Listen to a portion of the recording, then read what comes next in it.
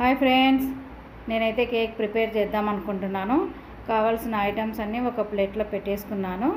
ఎందుకంటే కన్ఫ్యూజ్ లేకుండా అన్నీ ఒక చోట పెట్టేసుకుంటే ఈజీ అవుతుంది కదా.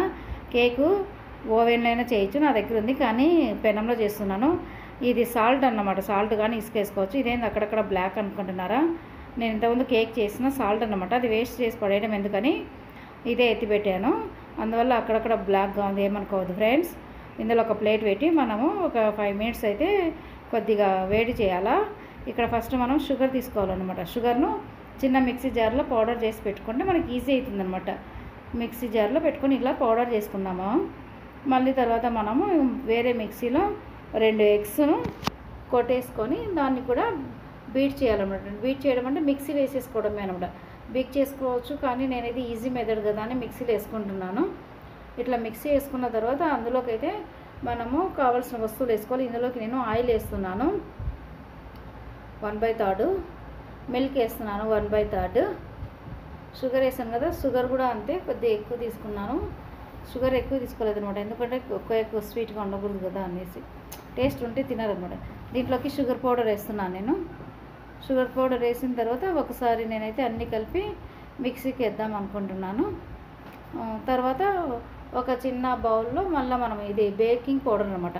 ఇది మైదా జల్లి పట్టించుకోవాలి మనము. బేకింగ్ పౌడర్ అవన్నీ ఇట్లా దాంతో జల్లి పట్టించుకుంటే చాలా బాగా వస్తుందన్నమాట. ఇట్లా వేసుకుంటున్నాం కదా, దీన్ని అంతా ఒకసారి బాగా కలిపాలన్నమాట. ఎందుకంటే బేకింగ్ పౌడరు మైదా ఇదంతా బాగా కలిపిన తర్వాత దీంట్లో వేసుకోవాలి, మిక్సీ జార్లో కూడా వేసుకోవాలి. ఇందులో నేను ఎగ్స్ వేసాను కదా, ఎగ్స్ వాసన రాకుండా కొద్దిగా వెనీలా ఎసెన్స్ కూడా వేసాను. ఇందులోకి కొద్దిగా పాలు తీసుకుని దాంట్లో ఫుడ్ కలర్ ఆరెంజ్ చేసుకున్నాను. మా పాపకు బాగా ఇష్టం కదా అని ఊరికి జస్ట్ ఎప్పుడు వేయను నేను ఫుడ్ కలర్, కానీ ఫస్ట్ టైం వేస్తున్నాను. ఆ ఫుడ్ కలర్ వేసిన పాలు కూడా ఇందులోకి వేసేసి అన్నీ కలిపి ఒకసారి మళ్ళీ నేనైతే మిక్సీ చేస్తానన్నమాట. ఊరికే 3 టైమ్స్ అటు ఇటు అనమాట. Clock wise anti clock wise వేసేసి ఇట్లా అంత బాగా అవుతుంది. ఇప్పుడు మనం కేక్ బౌల్ ఉంటే పెట్టుకోవచ్చు, లేదా గిన్నెని పెట్టుకోవచ్చు. నా దగ్గర హార్ట్ షేప్ కేక్ బౌల్ ఉంది, దానికి కొద్దిగా ఆయిల్ వేసుకోవచ్చు. లేదంటే కొంతమంది పేపర్స్ అయినా పెడతారు. నేను కొద్దిగా ఆయిల్ వేసి దాన్ని స్ప్రెడ్ చేసి దాని మీద మైదా పిండి పోసేసి దాని మీద అయితే కేక్ మిక్చర్ ఉంది కదా, దాన్ని అట్లా బాగా వేస్తూ ఉన్నాను అనమాట.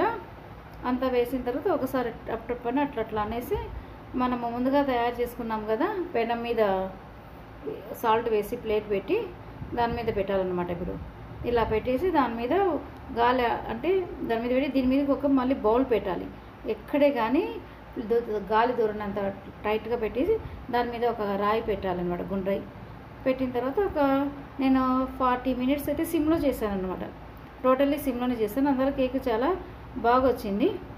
దానిని ఒక 10 మినిట్స్ చల్లగా అయిన తర్వాత ఇట్లా మళ్ళీ కత్తితో ఇట్లా చేసేసి దాన్ని బ్యాక్ తిప్పేసి కేక్ అయితే ప్రిపేర్ చేసేసాను ఫ్రెండ్స్. మొత్తానికైతే కేకు చాలా సార్లు చేశాను, ఎప్పుడు చేసినా కొత్తగా ఉంటుంది కదా. ఇలా అయితే కేక్ అయితే బాగానే వచ్చింది. ఇంకా దీని మీద నేను షుగర్ సిరప్ అవన్నీ తర్వాత ప్రిపేర్ చేసుకుంటాను అన్నమాట. ఓకే ఫ్రెండ్స్, మీరు కూడా ఇలా సింపుల్గా చేసుకోండి అనమాట. కేక్ చేయడం పెద్ద కష్టమేమీ కాదు, చాలా చేసేసుకోవచ్చు అనమాట అన్నీ కలిపి. Okay friends, bye friends.